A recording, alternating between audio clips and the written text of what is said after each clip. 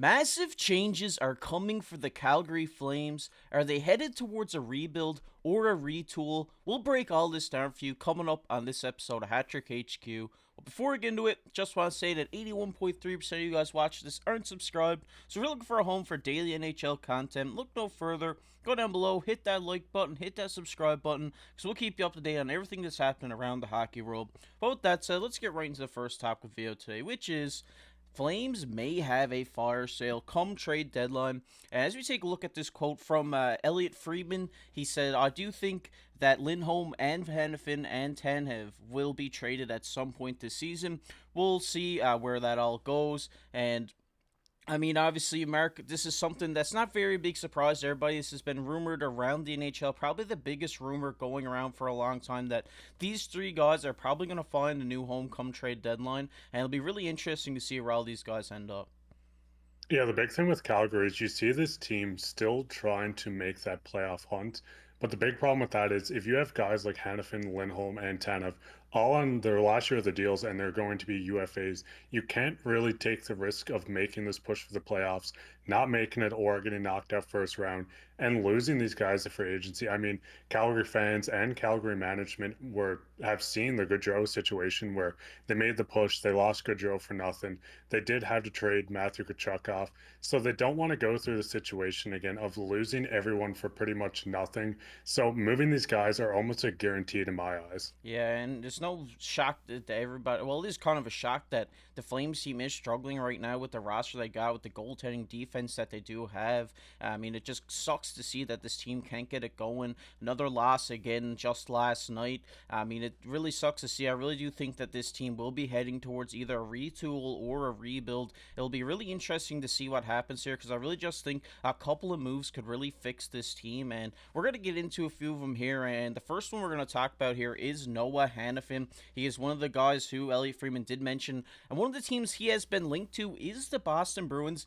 And like they say here in this article, they say it is going to be tough for the Boston to trade for a guy like this with the cap situation, but they do have a number of UFAs coming up in Jake DeBrusk, Matt Grzelcyk, and Derek Forbort. So they're going to have some tough choices to make here. And they say here it'd be a move that means the rich get richer vibes. And Mark, obviously, Hanifin going to Boston would be great. It would reshape their decor tremendously. And I mean, this guy is a Boston native. It'd just be nice to see him go play for his hometown team.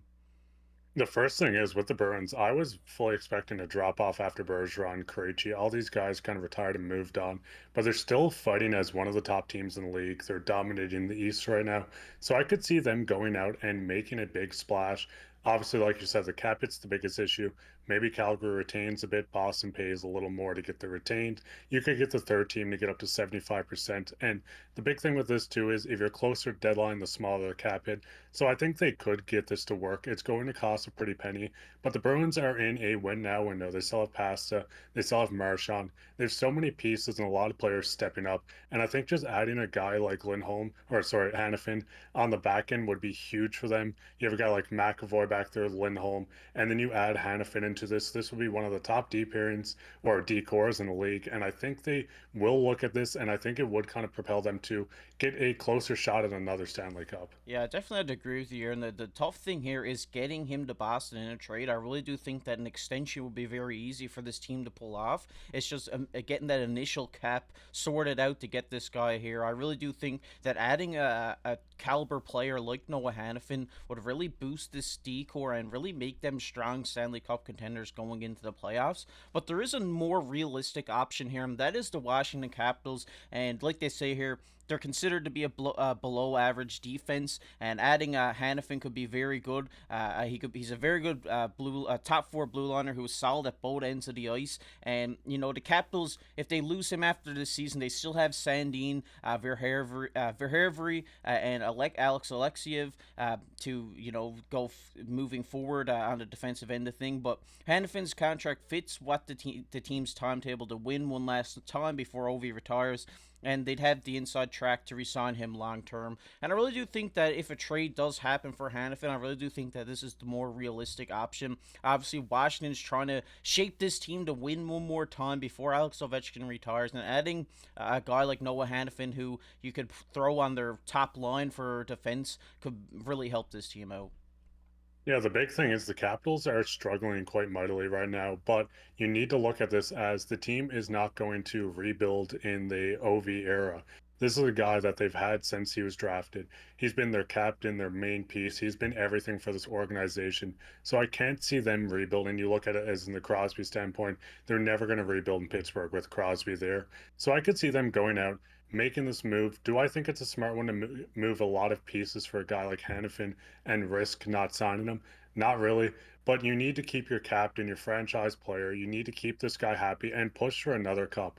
We've seen Ovi get one, and I think the franchise wants to get him one more before he retires or if they ever do trade him. Yeah, I definitely have to agree with you. I do think, like you said, you don't want to give up a lot to get this guy, but I mean, you got to keep your star happy. He's already won one cup, and he wants to have one more before he goes out the door. And I'm sure he's trying to break that Gretzky record, so I'm sure he's going to be there for a couple more seasons. So you bring Hanifin in, maybe extend him for 5, 6 more years. I really do think that this could be great for their winning window with Ovechkin there, but there is another guy on the Flames that is at risk of being traded here, and that is Elias Lindholm. He's another expiring UFA after the season, and we see a report from Frank Cervelli. He said on Sportsnet Radio that the Avalanche just moved to Tar, and that would give them enough cap space to land someone like Elias Lindholm. I think this means that the Avalanche, who struggled at center for the last year and a half, will take a run at him. It certainly makes you wonder.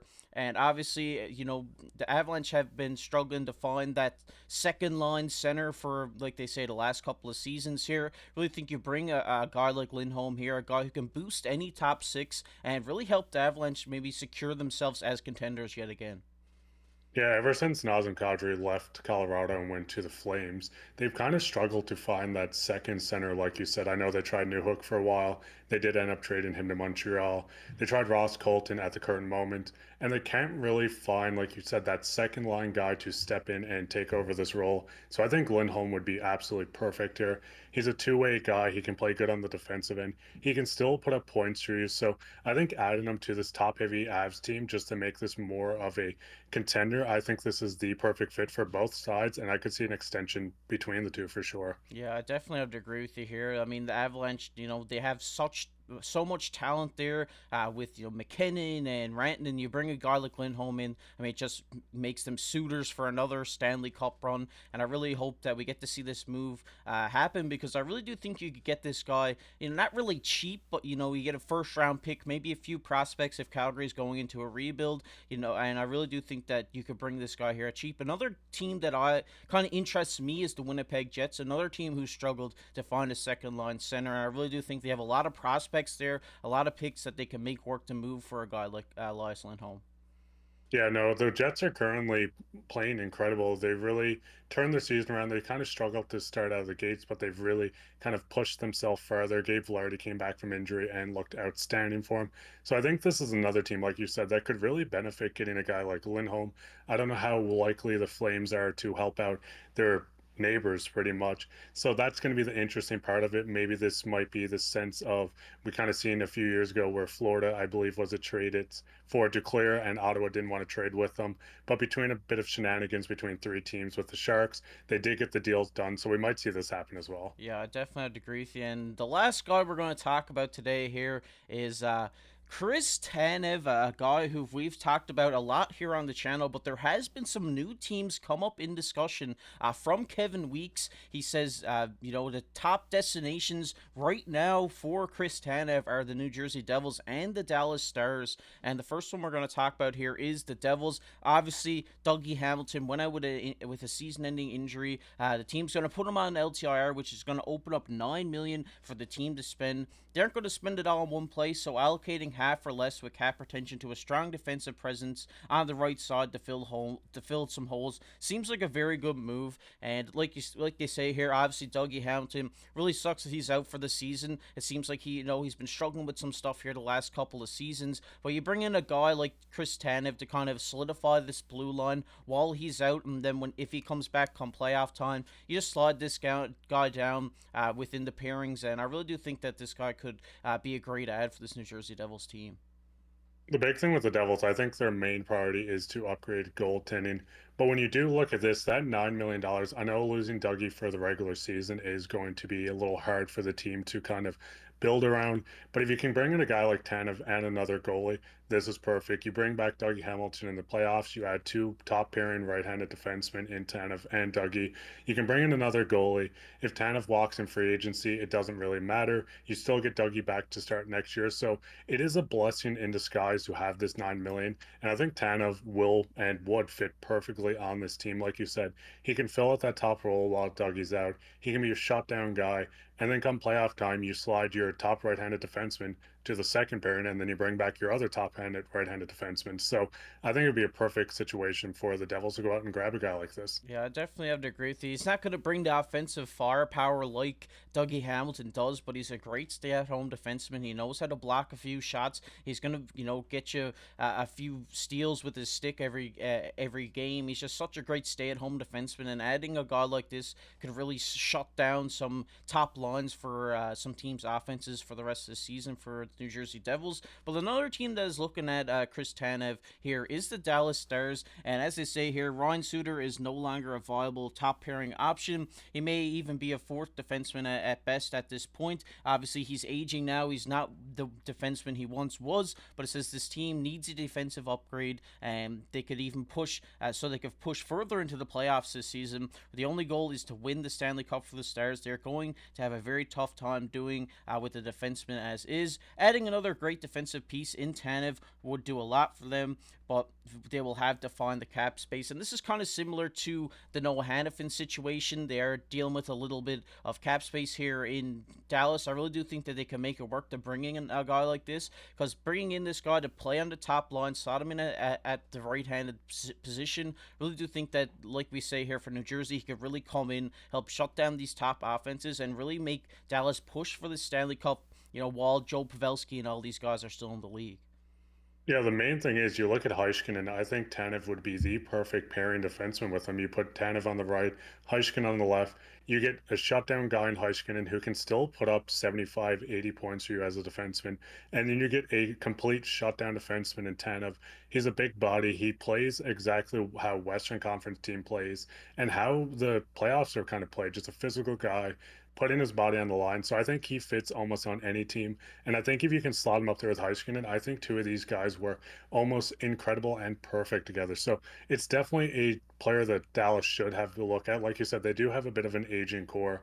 Ben's a little older, Sagan, Pavelski, Suter, you work down, but they still have Robertson, Heiskanen, and a guy like Andre who's been rock solid in net for the past few years. So I think rewarding these guys and going out, acquiring its few veterans and making that big push again is what this organization needs to do. Yeah, I definitely have to agree with you. It's kind of the same situation as Washington is in. They want to get the Stanley Cup before all these guys retire, and they've had such a great core over these last 5 to 6 years to go out and win a Stanley Cup. And adding a guy like Tanev here, like you said, he's a guy who's going to go to battle for you. He's a warrior. He's a great guy to have in the playoffs, and I really do think that they should have a look at this guy and maybe have to give up a little bit extra to get this guy in. But I really do think that he'll help propel them into the Stanley Cup race. We want to hear from you guys down below in the comment section below. What do you think about all these trades that we've talked about today? Or where do you think that these guys are going to end up? Let us know down below. But we're going to get into everybody's favorite topic here, and that is comment of the day. And the comment of the day today goes to our boy Kevin. He says, good video, click like. I remember Fleury when he was a Cape Breton Screaming Eagle. Go Leafs, go. Shout out to you, Kevin. We always see your comments down there in the comment section. We really appreciate all your guys' support. If you guys enjoyed this video, make sure to go down below, hit that like button, hit that subscribe button. We're trying to hit 3,000 subscribers, so I really appreciate it if you went down below and hit that subscribe button. And if you enjoyed the NHL, make sure to check out this video that's popping up on your screen right now. But as always, I've been your host, KC, alongside my co-host, Mark Pye. Keep your stick on the ice.